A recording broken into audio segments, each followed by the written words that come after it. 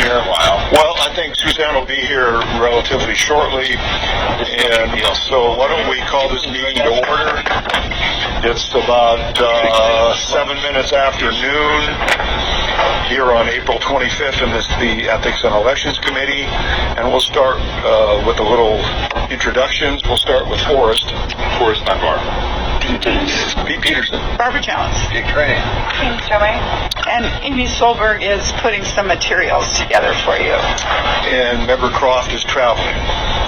So let's go to new business. We'll go over new election recap. So we wanted to start with I've got information that Amy has been working very hard. We spent a lot of time with the stakeholders group and also with the election workers. We spent 2 hours with the election workers. So there's lots of info here. And but before I did that, those are coming that way. I wanted you to give us your ideas before we get into some of these details. I'm afraid. Do you have those ones? Okay. So there's stakeholders and election workers. Do you have both? I have a stakeholder. I don't have election workers. Okay. We're looking for an election So we'll worker. put them here for the public. You have election workers? I didn't get He doesn't have an election worker. Okay. Does everybody have one? Election worker, stakeholder. Dean, do you have both? Now I do. Thank you very much. I was wondering if Dean had both. So when is the secure ballot drop? And when? No, one is stakeholder, Yeah. and election worker. Nope. Yeah, election worker, stakeholder. There's Suzanne. Okay, got it. They're also both one of Okay. bottom. Yeah, okay. Let the record show Ms. Franz has joined us. Okay, but before we did that and talked about what we want to talk about is what worked and what you would recommend that we would do differently, and we wanted to have some of your opinions. And I want to make sure that you know that we've already got a meeting set up with Dean and Becky to go over some code issues that we encountered. Right. And then we have a meeting with the state, multiple meetings with the state. So given that, I would like to know if you have some suggestions for us, and you can cheat and look at everybody else's suggestions. If you'd like to tell us, what do you think worked well? We worked well. I just want to see if we can pay for postage for returns. We discussed that not at the beginning, so I'd like to look at for next year. How do we cover the cost of postage back? Some of our millennials don't seem to know what a stamp is anymore. So I'd like to remove that as a problem. So I think we talked about discussing that at your June Ethics and Election Committee meeting. I think it's really important that I think I need to move over here. I think that it's really important that we understand what postage means. And as we discussed at our last meeting, the most important thing it means, you have to change the code. I know, we can do that. We've got time. But you have to change the code to say envelopes received by 8 p.m. That's a huge change in Alaska and for our voters. It means all of our overseas voters, we have over 60 ballots that we've received. They don't count because business reply postage is not postmarked. That's a huge change for us. And I'm okay with your decision if you want to make that decision to change it, but it's just a big change. Could we change the code to state, for example, so we know most people are going to vote on Monday and Tuesday, or not votes, but could we change the code to say we will count ballots received until midnight on Thursday? I mean, do we have... You absolutely could, but then that means that if you change it to Thursday, it means people can vote on Thursday. They're not voting on election We day. have to keep the ballot drop boxes and the vote centers open on Wednesday and Thursday? Or we could just say that this all closes at 8 p.m., but we will accept ballots received through the mail until Thursday. But then, so I think it's a discussion you need to have. I think all of those are valid, and I know, I see you've got other people. I just am letting you know it's not a simple, we're going to pay for return postage. Okay, I want to make sure. That's why we didn't do it. I know, but I don't want to wait till June to discuss this. What I'm saying is, Barbara, we need to start working on it now to see what the pitfalls are with it like this. Okay. Telling us about it. Okay. Well, and this is something that Mr. Croft was very interested in leading up to the election this time, and the fact that he's not here right now is something that he would probably like to work on. So maybe we can work on that between now and the next meeting so that we could have some sort of presentation with some ideas of how it might work.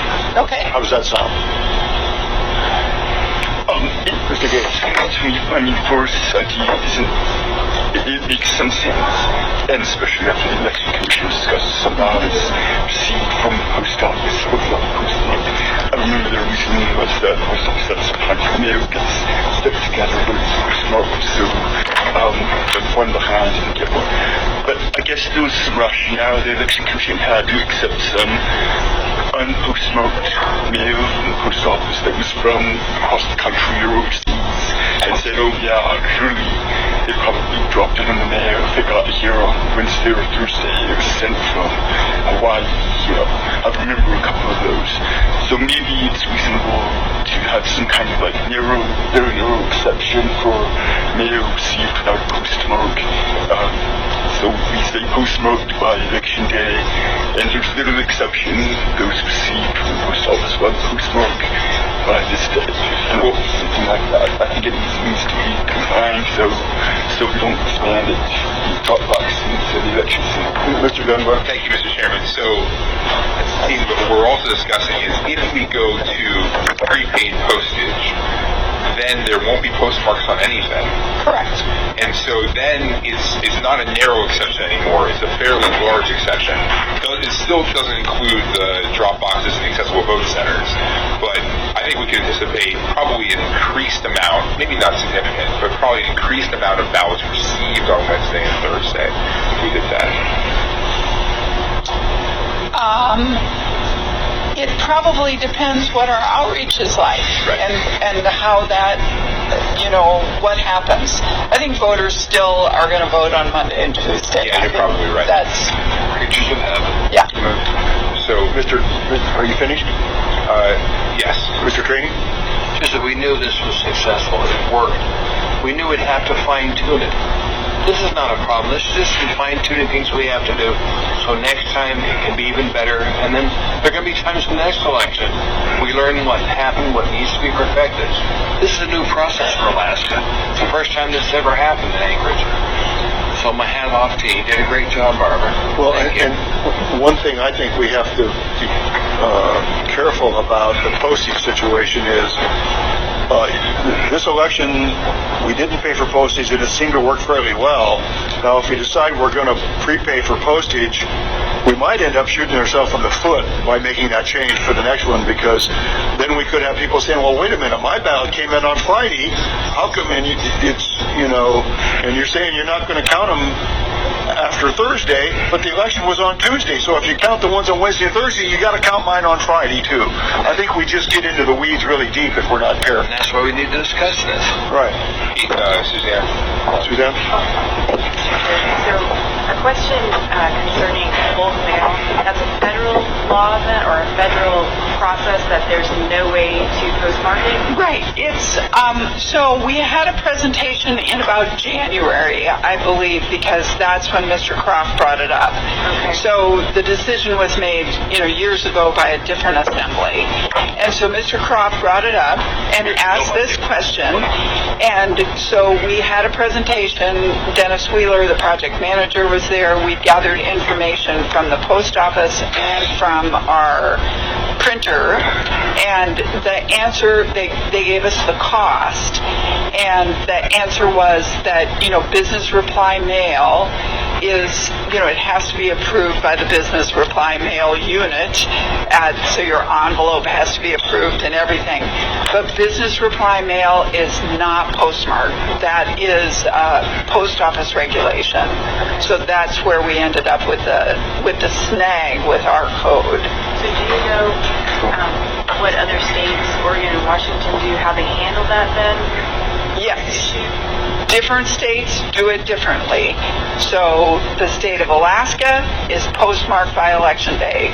Some other states, and we can get this all together for you, but some of the other states are received by 8 p.m. on Election Day, or actually it's 7 p.m. in some.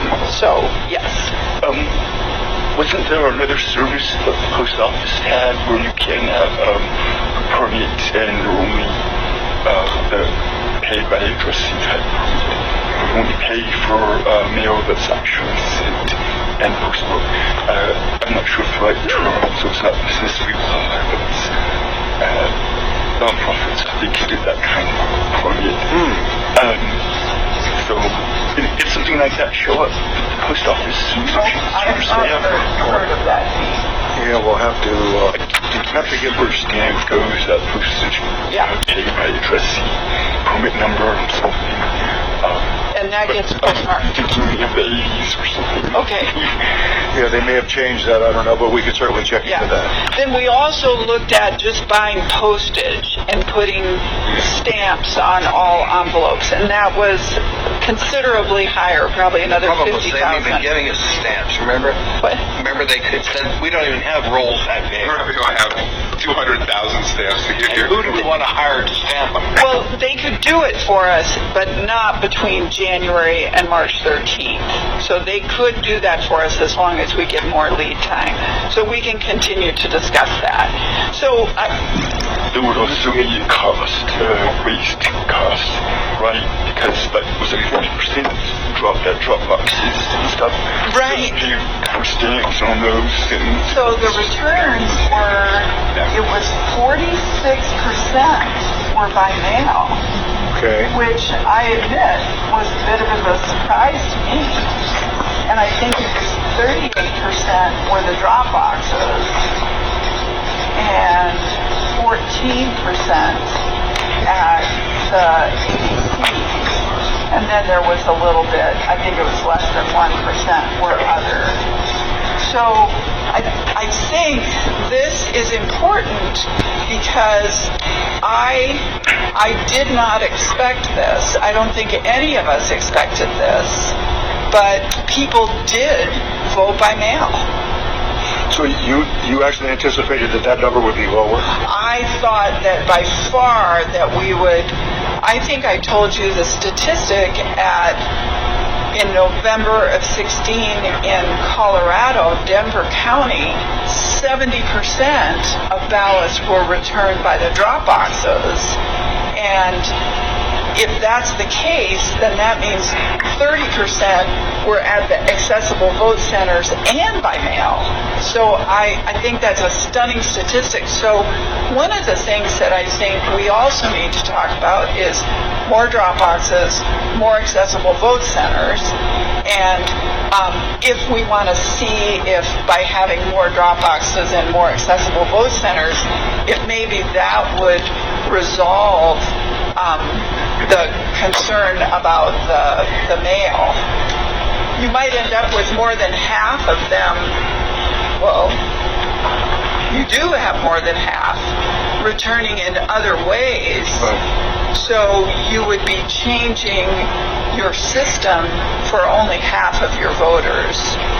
But either way, I think those are just discussion points that we need to have. So in other jurisdictions, has the number of people using the accessible vote centers gone down after the initial, first election? Did you know, I don't know the answer to that because we have never looked into that after the first election question.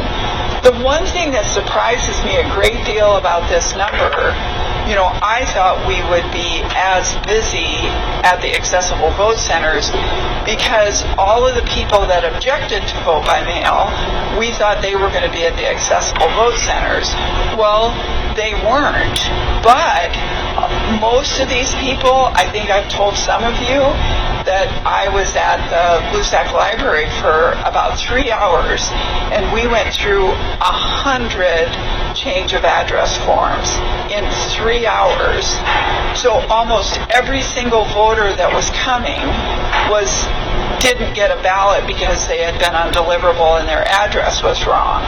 So, and the accessible vote centers told us that almost every single voter that came, but that's going to go away. Their addresses are all going to be fixed.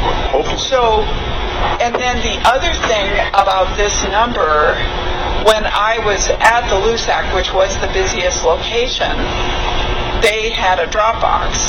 And so there was a steady stream of people that just came in just to drop their ballot off in the silver ballot box. They were not waiting in line to vote. We can separate those numbers out. We have them manually. We don't have them electronically. They're just totaled. So this number is even less about people who actually came there to vote. Interesting. So anyway, those are just sorry to go off on a little tangent there.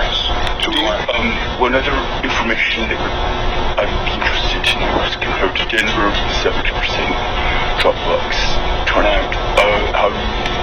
I guess the density of Dropboxes or the per capita number of Dropboxes to population compared to what we have set up. So maybe that makes a difference.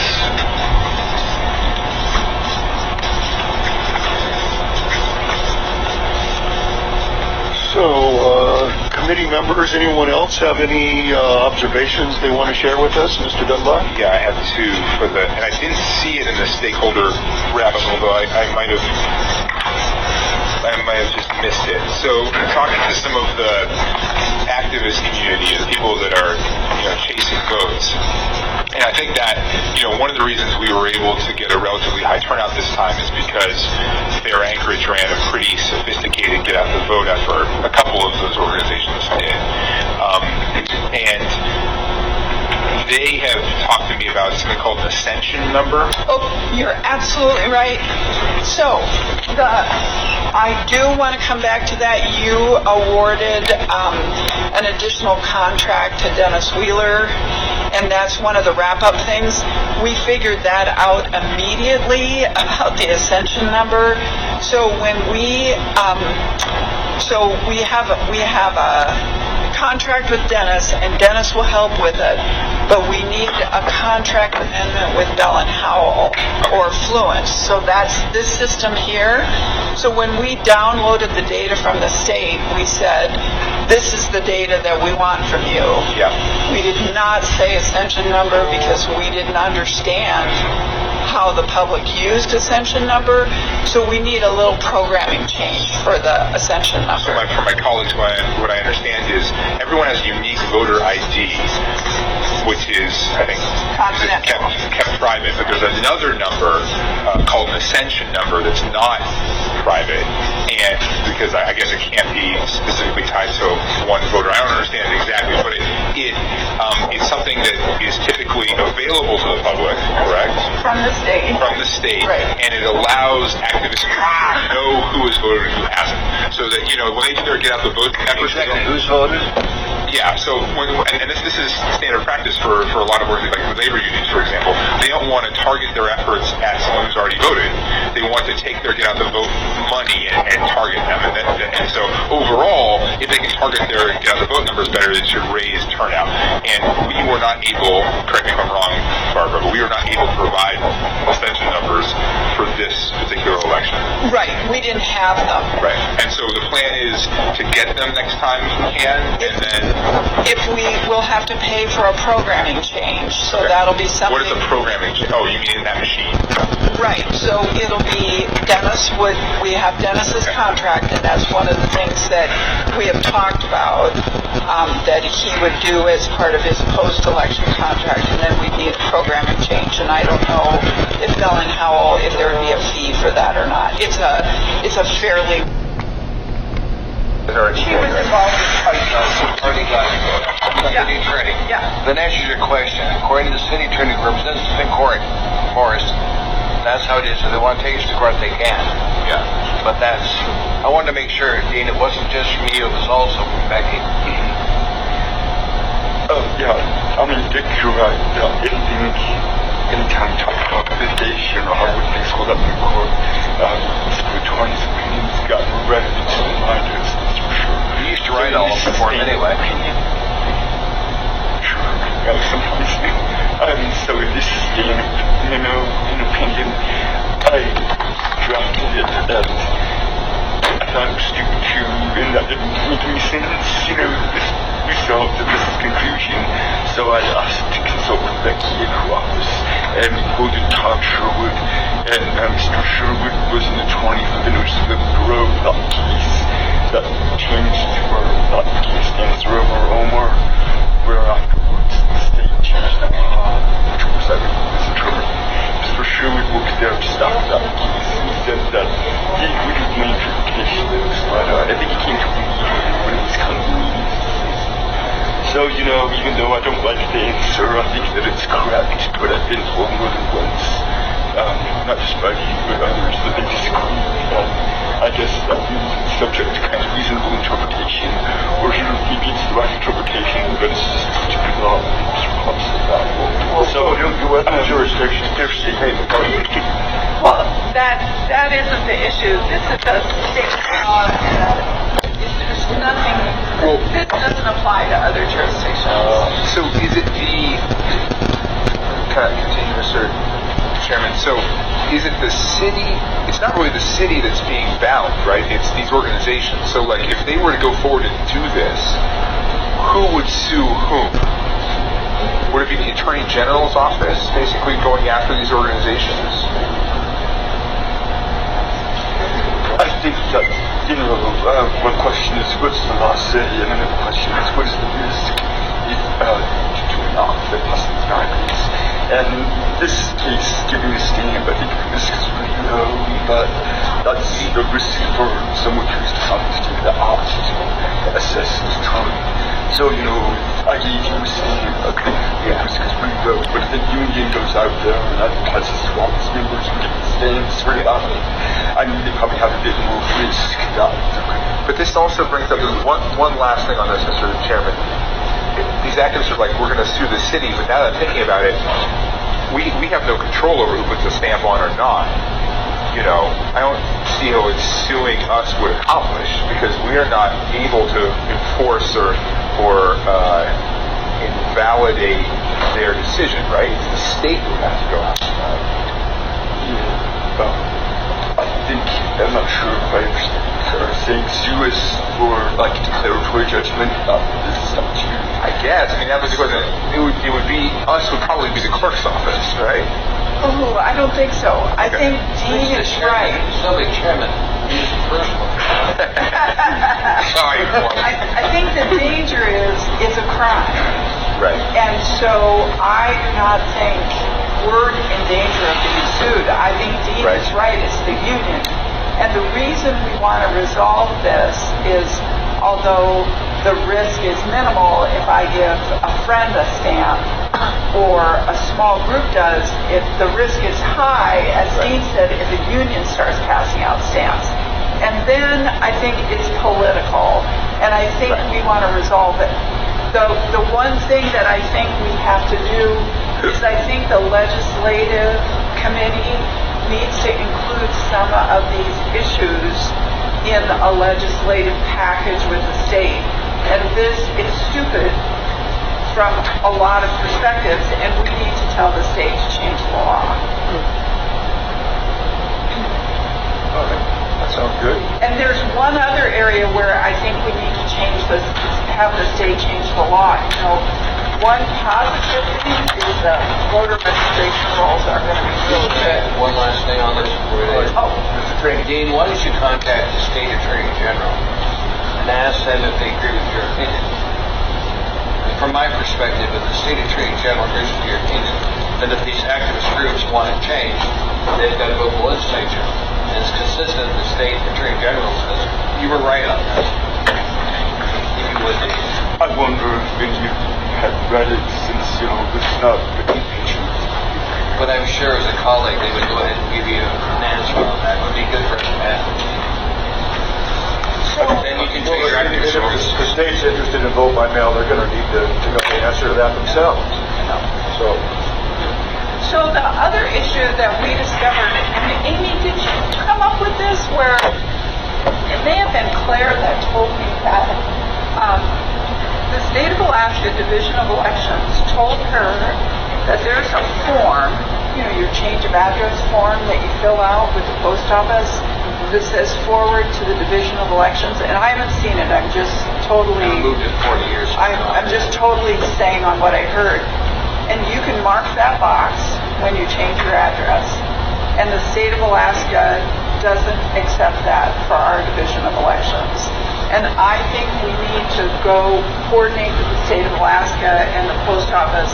And I think this needs to be another legislative issue. Because I can tell you, I had hundreds of calls from people who told me that they moved, they changed their address with the post office, and it didn't get changed. And I suspect that a lot of these people completed this form and they don't know that the state legislature doesn't allow our Division of Elections to update addresses that way. So we'll do some more research on that and come back to you. Mr. French. Oh, thank you, Mr. Peterson. Just another question. I apologize if you already covered this since I was late, but one thing I continue to hear from people was the issue of privacy in terms of the daily status report showing who had voted. And with this ascension number, would that address? No. Okay. I think we probably, I think we can talk about this, and I'll put voter privacy down. And what can we do about that? But the bottom line is, it's not private. It's not private that you voted. The ascension number is not private. Your name is not private. And your address isn't private unless you made it private. I have my address private. If your address and your mailing address are the same, your residence, it can't be private. So those are maybe educational issues that we need to work on for the public. And I, welcome input on that. But I think that we are somewhat bound by state law and on that, and I'm not sure what to do about it. The city used to sell us. The city used to sell a CD that you could get that would show you the last 5 or 10 years voting pattern of everybody in the state of Alaska. I would use that in the 90s when somebody would come up and say, I voted for you the last election, I'll never vote for you again. You don't vote for me on this issue. I'd spin the computer desktop and say they weren't even registered to vote. So that information's always been public. If you go back and tell you how many times you voted, but not tell us how you voted, but just how many times in primaries in general. You'd be surprised how many people are not registered to vote. They come to some meetings and complain a lot. Just so you know, the state charges $21 for that list. We don't charge anything. So our stuff isn't as detailed as the state's is, but you may want to think about that.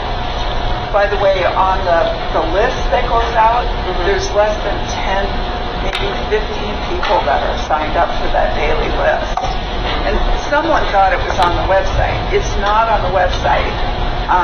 And it's mostly campaigns and other groups that are gathering that data.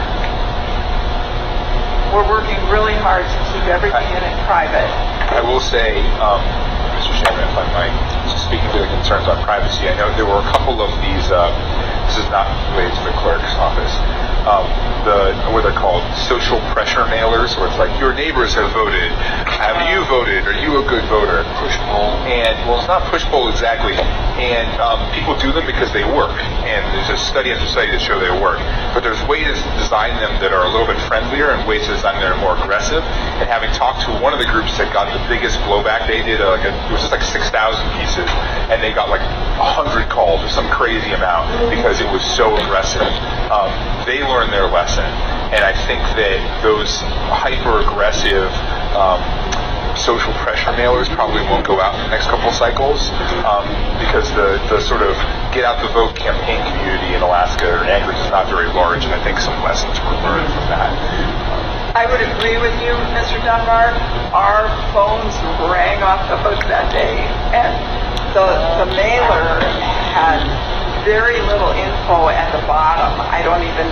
Somebody brought in a copy finally, and most of the voters, hundreds of people that called, thought it was the clerk's office that had sent that or published it, and that was a problem for a lot of voters.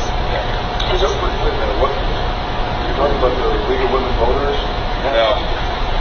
It was one of the Fair Anchorage Coalition members. There were two that went out. We saw two. Yeah, I think there was one that went out. Well, there was more than two, I think. I know. Sandy got one from Minnery's group. Okay, so there was another from Minnery's group, but I know of at least two. One that went out to like 40,000, one that went out to like 6,000. And the 40,000 one actually got a lot less calls back because it was better designed. And there was one hyper-aggressive one that made the news, and KTVA did a story on it, and that one got a huge amount of pushback, even though it was relatively small. If voters don't know, they don't know the difference between who that mailer is coming from, and they can probably guess the data is from us, so we got a call. So, and I think it might have even had call 243 vote if you have any questions in it, so. I'm not sure if I understood, but isn't that a little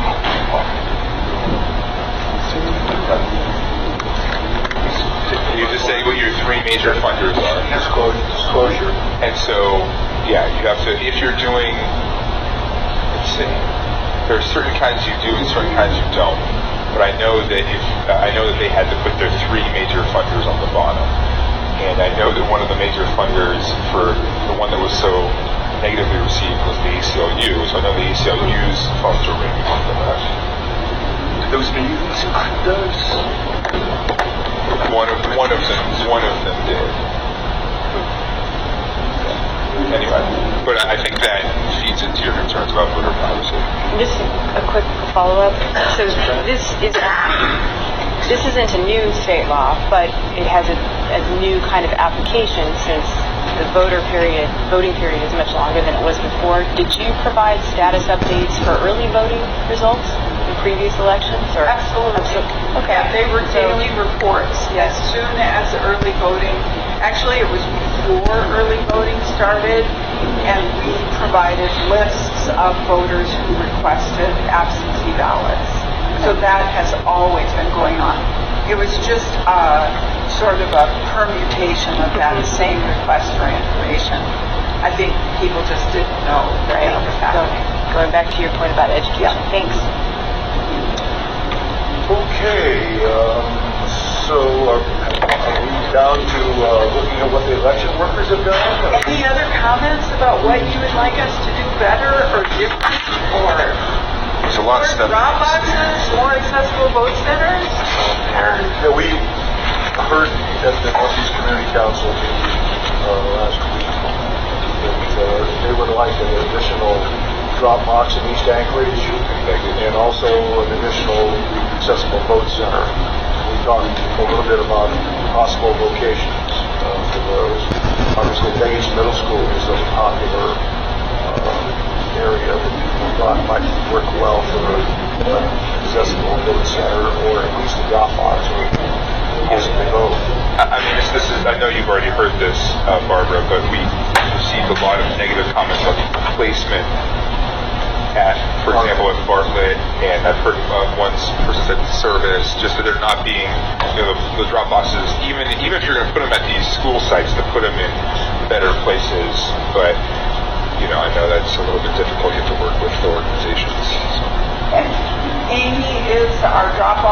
Accessible Vote Center person. She did a great job. It was really hard work because, we have an agreement in place from like 2016 that the Assembly and the school board did, but she went out and fought with the, organizations for every single Dropbox placement this year. So she's got a little bit more time this year, and we'll revisit all the locations. We know about the snow, we know about the ice, we know about sidewalks, we know about disability access, and probably 100,000 other things, right? Yep. Signage. Well, and one of the complaints about the drop boxes is the fact that they were white. People said they were invisible. I don't know if we need to spend a ton of money to repaint them, but maybe just put some stripes or something on them, some sort of tape that, reflecting tape or something so that people could see them in the dark or whatever. You can see Amy's she's got some hats on them back there. So she bought those hats. We don't particularly like those. We did a test on those. We're probably going to do some flags. We think flags would move and brighter. Yeah, maybe big and brightly colored. And then she also brought some. Yeah, well, we thought about a hurricane. And Check the log, if we have logs. she also brought some yard signs, and we tested those at how many locations? The yard sign arrows were at all the locations, and I think we got good reviews on all of those. Not so much the Dropbox toppers, but because those were also white, but that's the best we can get at last minute. Yeah, but the yard sign things we placed the last week or so. We figured it out from the beginning, and the yard signs worked really good, directing people in some of those parking morasses. But we'll work on this, and then we'll come back to the committee in the fall, and we'll talk to you then about what we're going to propose for next year. We're going to have to talk before then to get new drop boxes, because that would be funny. Mr. Drake? Are we doing anybody that dropped their ballots off in the Lusac Library book return? We didn't talk about that. Out there. None. Good, all right. Yeah. Right. I only got one complaint from a guy. He says, I went there. What's the white box for? That's where your ballot goes. So it's an education process for everybody. It's worked well. My question, and you may know this, which Dropbox had the most ballots dropped off there? And so which was the best location? Lusac Library. Lusac Library? And number two, okay, anybody want to guess? Number two? Eagle River. Oh, Valley on the Green. Eagle River. Eagle River. Yep, Eagle River was over 8,000, so really high. That's a good number. Fantastic. So I was just thinking the same thing. It would be nice to have drive-through Dropbox. And can we decide that road to change to a Dropbox? Just with the election, but without kilometers. But it would be interesting to have a drive-through Dropbox, especially if there's still. Wow. Well, I think that would be good. some of them are drive-ups. Right? So all of them, all 12 except for 2 are drive-up. The 2 that are not drive-up were the ASD Education Center. There just was no spot in the parking lot to put it, and so I worked with the building manager owner, also with ASD. We walked around, we tried to pick a good spot. He wanted a spot that was really small. It would have got really congested, and it was close to Boniface Road, so that was not a good location. But with that one, we did put it in the bus lane that they don't use, and so with the theory that they would be able to parallel park and then be able to safely get out, go on the sidewalk, and drop it off. And then the other location was Eagle River, but I don't think that was too much of a problem because that was the second highest. So. Mr. Green? I want to tell you that you did a good job with the sports center. That was the easy one to drop off. Oh, good. I just pull right up and drop them over there, so thank you. Mm-hmm. Yeah, I did get an email from somebody who was complaining that they had to get parked, get out of their car, and go drop the thing, that they couldn't just drop it off. But, it's too bad that we couldn't have fast food restaurants use their drive-thrus to have drop boxes, because I bet we'd have 90% turnout in those elections. That's usually a place downtown before. Like your Wishbone. We can have one there, just drive through, you can drop it off. Yeah, fantastic. Okay. Way station, highway. The way station.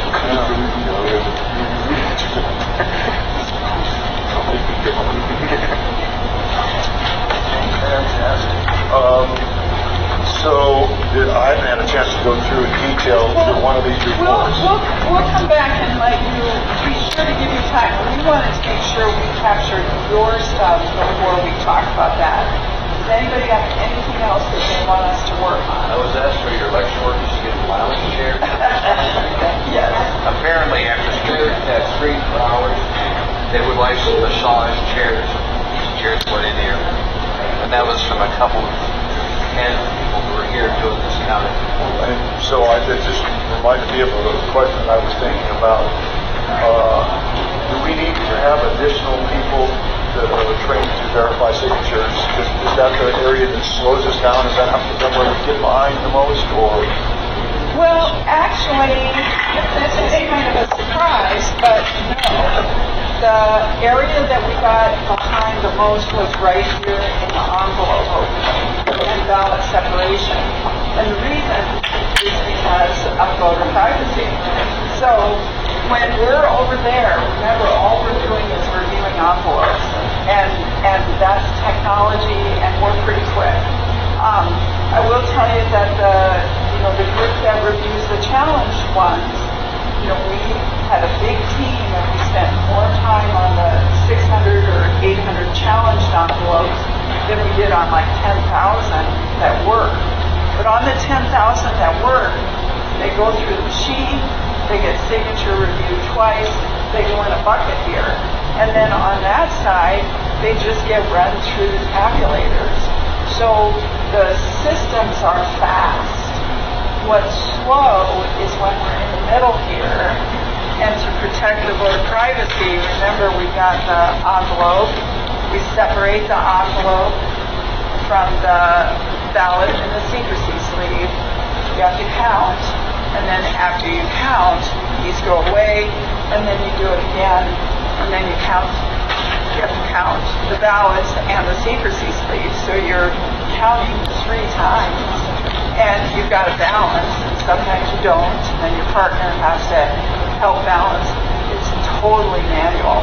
This is the part that we got slowed down, and on the day of the election, the day after, Forrest was concerned because we knew we were behind today, but we added 20 workers to this section. And I talked to Dennis, and Dennis said, I think we need to add probably 5 to 10 more next year, because this was the bottleneck on election day, the day before election day and the day after, because it's manual, and we do it very slowly, very methodically. So, just following up on that, so we may need more than the 60 election workers that we had. Well, I don't know about that, but I think we really did okay with the number of election workers that we had. And it worked out well because the team over there, even the signature verifiers, they verified in the morning, they did the Dropbox run, then they came and opened envelopes. A lot of cross training.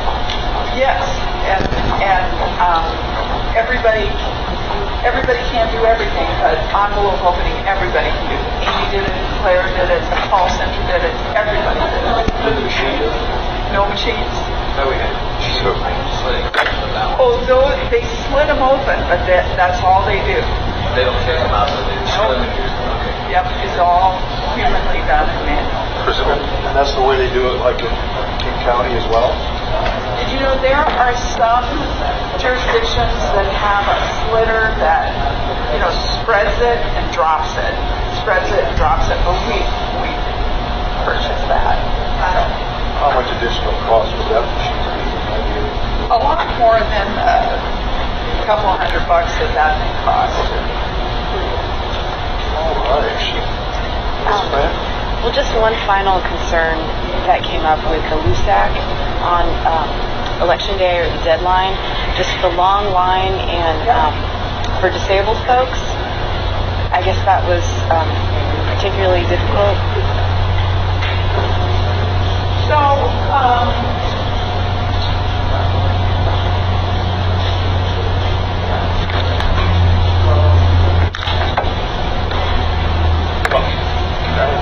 Like for disabled people to access, wheelchair access, or Standing, waiting for a long period of time. Standing. you know, I was there in the LUSAC and I did see one woman and they just brought her a chair and let her sit in the main area. You know, one of the things, we got lots of calls, and remember there's an option for special needs voting, and so we had probably about 10 people from the League of Women Voters lined up, and we also probably had about 5 or 6 people here. Amy delivered a special needs ballot on a Saturday. There was a woman that was about ready to go into labor, and so we did some special needs ballot. She got 2 ballots. That's right. Maybe it was registered. So that is in the code, and that is something that we do all the time. We had people who called and said, I didn't get my ballot. They weren't registered in Anchorage, but he insisted that he was. And we said, you can go to an accessible vote center, and he said, well, I can't because my leg is amputated. And I said, great, can we bring you a special, not great, not what I meant, but can we deliver you a special needs ballot? And he said yes, and not only did we deliver one to him, but we delivered one to his wife. So we went out of our way to make those accommodations, and we just needed people to call us and let us know that they needed an accommodation. And I'm not sure what we could do at the LUSAC. I think the long lines are going to go away because those were mostly address issues. We did send people down here, and if you look at the numbers, you know, the golf course actually had more people than Eagle River did, which I cannot believe. But the rest of the city hall was very busy, but the rest of the accessible vote centers didn't have those long lines. It was really just the LUSAC. So it worked well, all the valleys on the green? It did. That was, they have plenty of parking, so fantastic. Should I come around? I don't think they even have the temporary greens open there yet, so next week. We have 5 minutes left, Mr. Chairman. Right. So, I guess are we down to, well, if you look at your agenda here, it's, we're going to have on the May 31st a code review with Assembly Council and Municipal Attorney. And then they're going to have a review and vote by mail with the state of Alaska 7th through the 9th. Now, is that going to be here in Anchorage, or are you traveling to Juneau? Or? It is here in Anchorage, and so they've asked us to do a presentation on May 7th to the management staff. They want to know what worked, what didn't work. Dennis Wheeler and I will be doing that. And then on May 8th and 9th, they have vendors that are here talking about the equipment. You know, the state has to buy new equipment because the agriculture is past its useful life. So that'll be on Tuesday and Wednesday morning, and then at 1 o'clock on Wednesday is the election policy work group. And Dennis and I have been asked to do a presentation it's from 1 to 4, but we won't talk that long, but I expect we'll do a short presentation and ask some questions. That's great. What time will set up your presentation? I don't know. We find out in our Okay. The biggest thing coming up is, of course, the state's going to do precinct voting, both the primary and the general. That's going to confuse a lot of people. They're used to now vote by mail. They can go stand in line. Yeah, the state is aware of that. I'm sure that they're going to have to do a big campaign. They know that. They'll be contacted by people who really like this vote by mail and say, hey, when are you guys going to get on board, you know?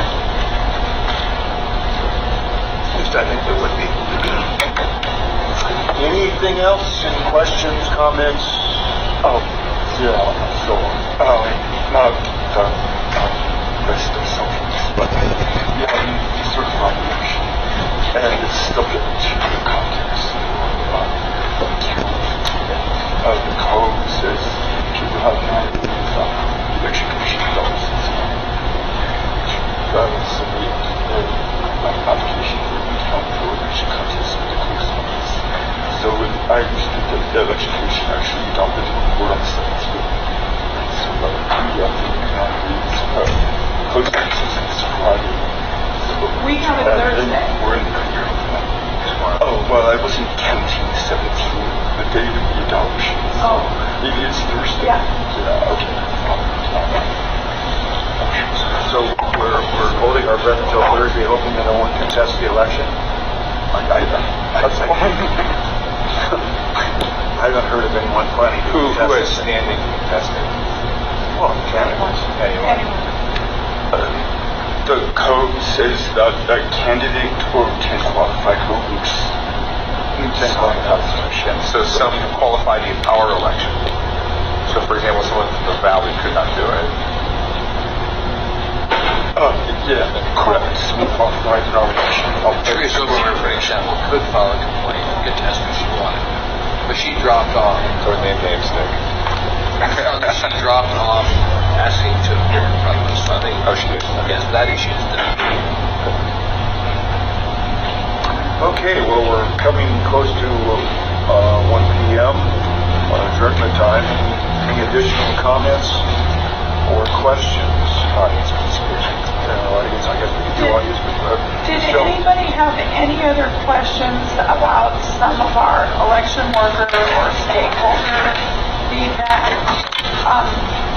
I think some of the election worker stuff is just way too detailed for probably your purposes. It's helpful for us. But the one that I thought was, someone suggested on the stakeholders that the accessible vote centers open 2 weeks prior to election day. And that wasn't actually a decision that I made. It was, something that was made ahead of time. And I will tell you that the reason Amanda recommended not opening the accessible vote centers 2 weeks before election day was because you want to encourage people to return their ballots either by mail or to the drop boxes. Right.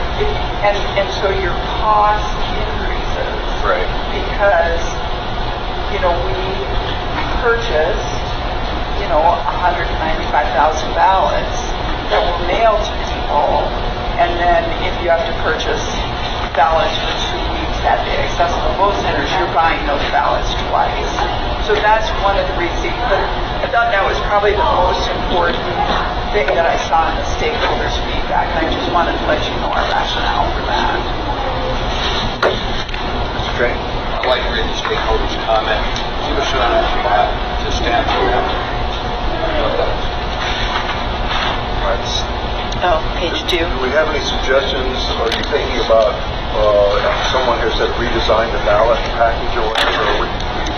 We think we need to make some small changes or any changes in that? Well, we could, but we have enough envelopes for next year, so, And there won't be issues with the weight. well, that is up to you, Mr. Chair, because the weight depends on the size of that ballot.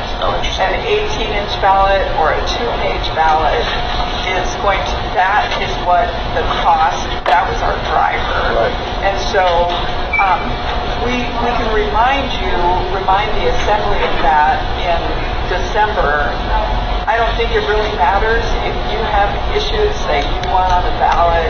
It doesn't matter if it's a 1-page or a 2-page. I know that you have other considerations. I will tell you that Dean Gates and Becky Wynn Pearson worked their tails off to reduce the language in the ballot prop so that we can get it on just a 1-page ballot, and we are very grateful for that, because that would have been, double our postage costs, plus really would have complicated things for our voters. So we'll continue to remind you about that. Mr. Chairman, Barbara, we have no control over citizen initiative. You could have 7 or 8 of them. You have no control over it. Nor does the Senate. You could have some control over when you vote on those and that whether you want to make that a special election or a different election. I think that's a lot more complicated, but I just, and especially the Prop 1, that was done last July, and there's no way we could have changed the language on that one. Yeah, so. Okay. Well, we talked a little bit at the assembly meeting a week ago. That this committee was going to take a look at. Now I lost my train of thought. What was it? All right. Oh, with the LRSAs? Yes, Right. thank you. So we're going to try to eliminate the 100 Write-in. ballot situation because Right. that has got just a total nightmare headache. Well, it sounds like the 100 ballot situation is kind of intractable, right? I'm not sure I understand. I think that's where I misinterpreted. We're going to have a ton of ballots. I mean, that's a different ballot styles because we have what the alert says. We're talking about the 100 that got thrown out because the person wasn't. Registered as a write-in Yeah. in time. So They claim we talked it's about 100. possibly at some point having those elections at community councils, but I also know that in the background there's been ongoing discussions of merging some of these verses so they maybe only have 3 verses in the entire municipality or 4, and so they have more purchasing and buying power. I think is part of the reason they're doing that. Right. Is that correct? Well, a Subversa model in South Anchorage is being discussed.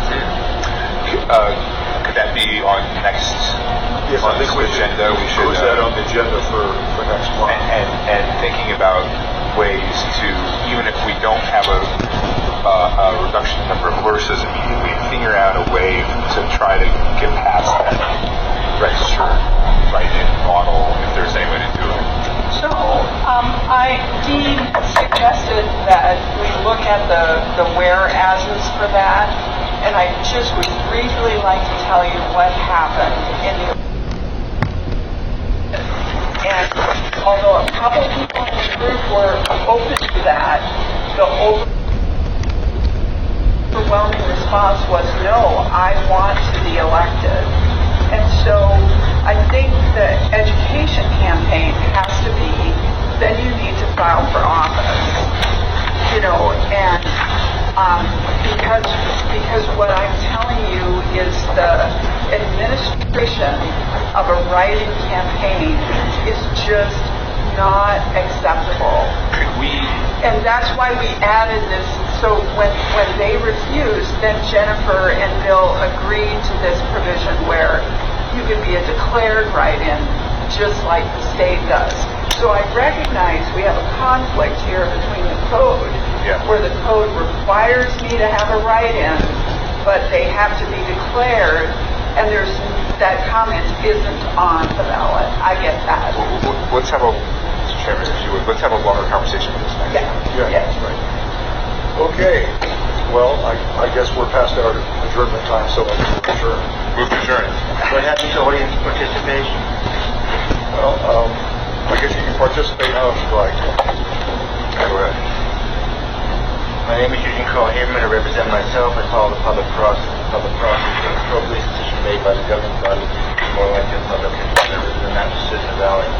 First of all, I'd like to thank Barney Burr-Jones for placing the easel so both the public and parties here can easily see what's being presented. Thank you, Barbara Jones. I remind you, a concern number 1 is you should have a beginning agenda, audience introduction, so people know who's present. Second is that you are taping these meetings, but if anyone was listening to the tapes, because on some occasions the chair respectively identified who was speaking, but frequently in almost the entire meeting, you had situations where people were just speaking without being recognized, and their names are not noted, so anyone listening to those tapes you would not know. And that becomes all more of a problem later dates when those tapes are brought out of archive, and some of these members are no longer in office, and there's a question of who's saying the what. Also, I did remind you also that the previous this meeting, the Senate committee, this committee meeting, it was, and I say previous meeting, the requirements of the open meetings law is time, date, and location. In this meeting, you did have time, date, and location. But if you go on the Muni website, you'll see the notice indicating that the change in time, date, and location, the location was changed, is not the correct date when it was changed. So you've got a situation of incorrect information of when you change the location on the Muni website. Okay? Second of all, I remind you of state law. At all public meetings, you provide a reasonable opportunity for public hearing. That doesn't mean no. You started my speaking at 1:08. I keep a timer. Do 3 minutes. I have 1 minute 5 seconds, but I don't need the whole thing. But simply say is, you all know better, and this is not right. And then the one person that's been monitoring elections, not just in Anchorage. I go back to the 2012 election, where more than 40% of the voters ran out of ballot, even though they ran out. That bizarre scenario. You still have a situation of roughly unknown number of 23,000 undeliverable ballots being returned. The key issue is this: the Assembly. I'm not saying you, but none of you as Assembly members here. The Assembly certified the election. The election Commission failed to address the concern, as I said, that before certification, you need to address the undeliverable ballots, and that was not dealt with. And by looking the other way and saying, we'll deal with those issues later, was the wrong thing to do. And that's a serious situation. Now, I'll close my comments with 2 seconds to spare. Thank you very much.